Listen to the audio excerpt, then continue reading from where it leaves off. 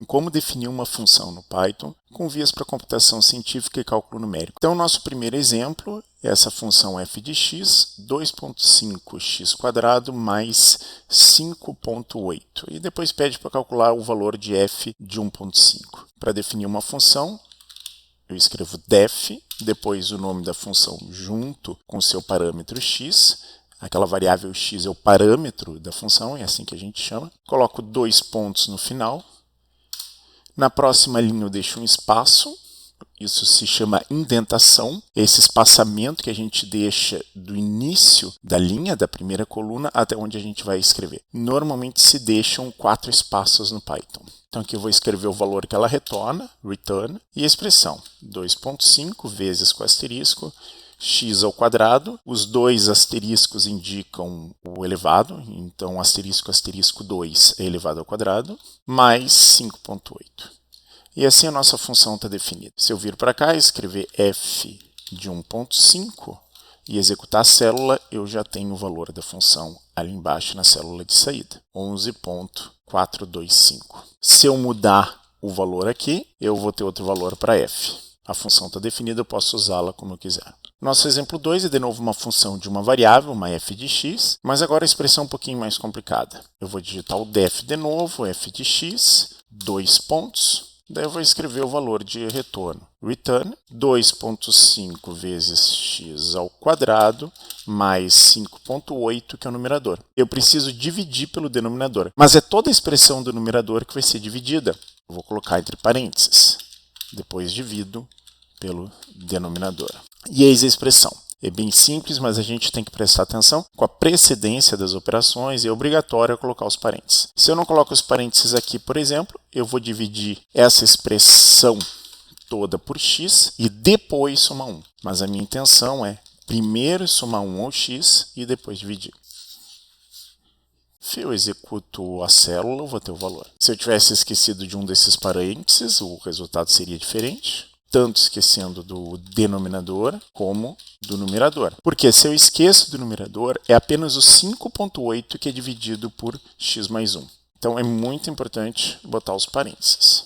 Questão de visibilidade, eu às vezes gosto de separar para botar uma diferença entre a operação que tem maior precedência, que é a exponenciação, e a multiplicação. Acho que fica mais fácil de ler. Agora eu vou definir de outra forma a função que pode ser um pouco mais legível, com menos chance de erro. Eu vou escrever de novo f de x, 2 pontos. Eu vou definir uma expressão para o numerador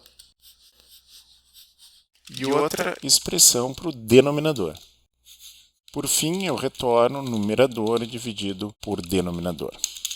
Esse espaçamento que eu fiz é só para ficar mais fácil de ler, eu acho um pouco mais bonito. Observem que essa indentação que eu deixei para cada linha é o que marca no Python que se trata de um bloco. Significa que esse termo, por exemplo, se eu tirasse a indentação, estaria fora da função, que nem faz sentido uma cláusula de return fora de uma função.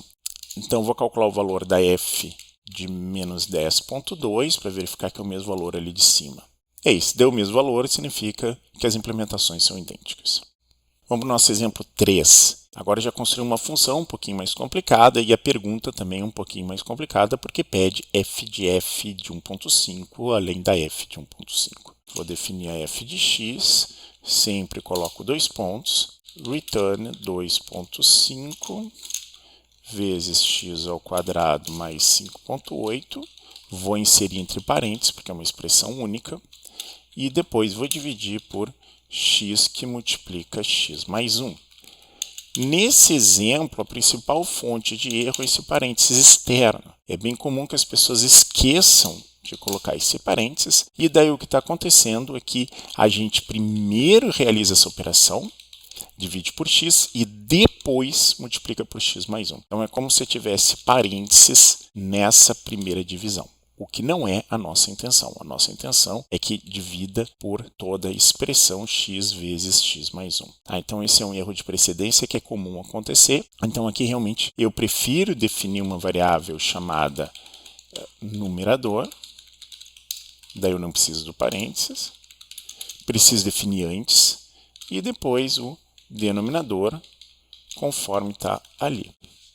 E esse é o caso que eu acho bem mais visível. A nossa pergunta agora é quem é f de 1.5 e quem é f de 1.5? Quando a gente quer expressar f de f ou f de g, a composição de funções, a gente simplesmente escreve como a gente escreve na matemática, f de 1.5. Vamos para o nosso próximo exemplo, eu vou ganhando complexidade. Então agora eu proponho uma função de duas variáveis, é uma coisa muito simples, a gente expressa da mesma forma, a gente escreve bem como está escrito no texto matemático. A partir de agora é a mesma coisa, def de f de x, então os dois parâmetros estão ali, dois pontos, return x mais 2 vezes y dividido por 3. Não precisa botar o ponto zero nesses números inteiros. Mas eu prefiro assim, que eu acho que fica mais claro na hora de ler, que se trata de operações em ponto flutuante, né? Não são números inteiros. Então eu coloco. Mas não estaria errado e ia dar o mesmo resultado se tivesse posto 2 e 3. E agora eu chamo a função 1.5,2.0 e também vou chamar em 2.0 e 1.5. Eu botei os mesmos valores, mas em ordens diferentes, para verificar que o resultado vai ser diferente, né? Se eu quero apresentar dois valores, assim como na célula de cima, eu coloco a vírgula aqui. Os valores que são colocados no final de uma célula do Jupyter são apresentados na célula. Ah, mas eu queria usar o print. Não tem problema nenhum.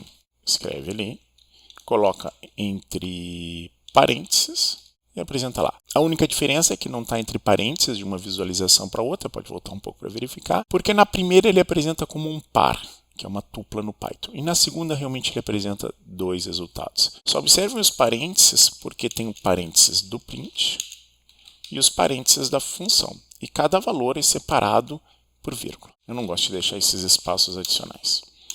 Exemplo 5, claro, uma função de 3 variáveis. E também a mesma coisa, a gente segue o nosso padrão.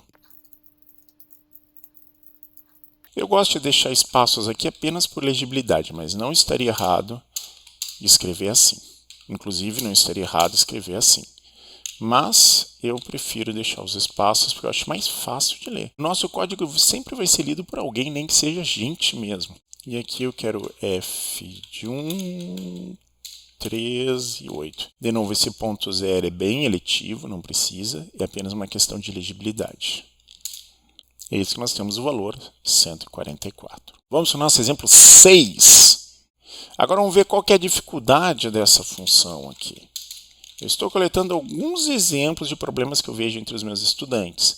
O que é o erro aqui? De novo, precedência.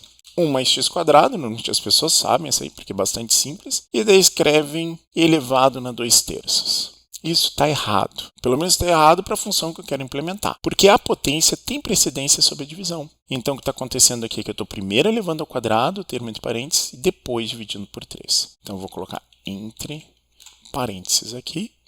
E, como você sabe, eu gosto de botar pontinho. Pode ser só o pontinho, mas como eu usei ponto zero para cima, eu vou manter consistência.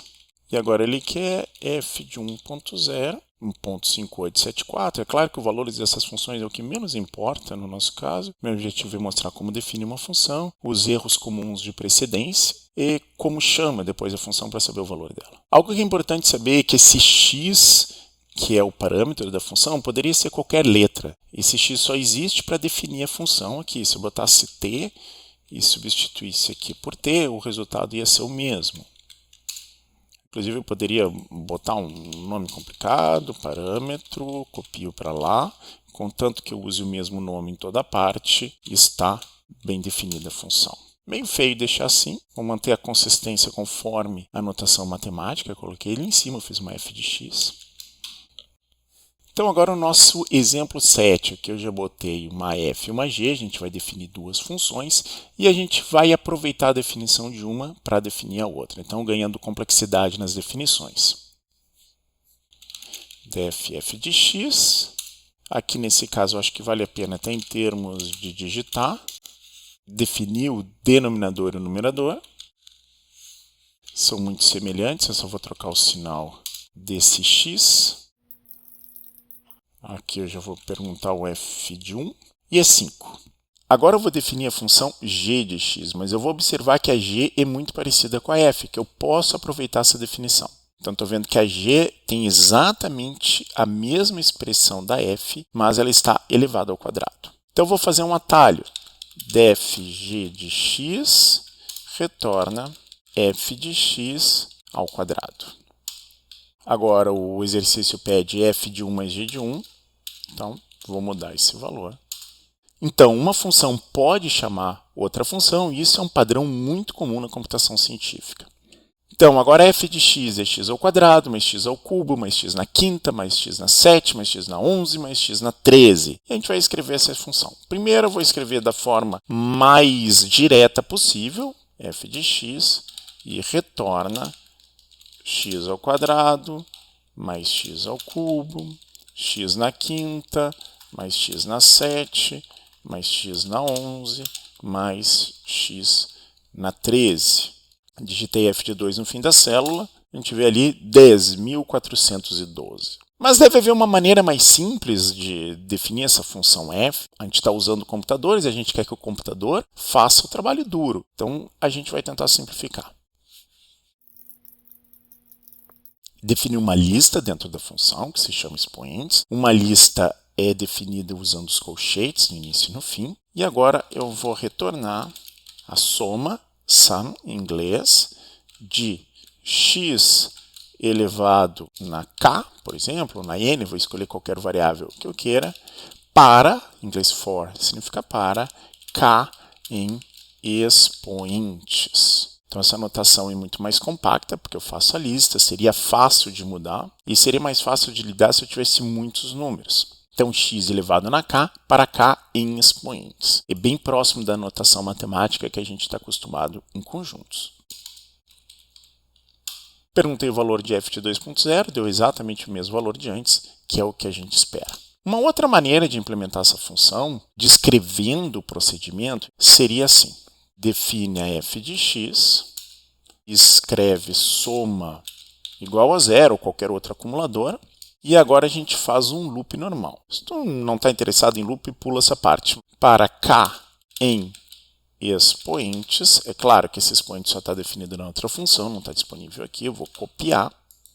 Para k em expoentes, 2 pontos, que nem na definição de função, soma é igual a soma mais x elevado na k, retorna a soma. Então aqui já tem um bloco dentro do outro. Eu tenho a definição da f, sobe a indentação, entra no bloco que define a função, daí eu crio um loop. E dentro desse loop, que também está indentado, eu coloco um procedimento. Nesse caso, ele vai alterar o valor da variável de estado soma, substituindo soma pelo seu valor anterior, mais x elevado na k. Uma maneira mais compacta de escrever essa operação, soma igual a soma mais x na k, é escrever soma mais igual x na k, usando a atribuição estendida. Eu vou comentar aqui.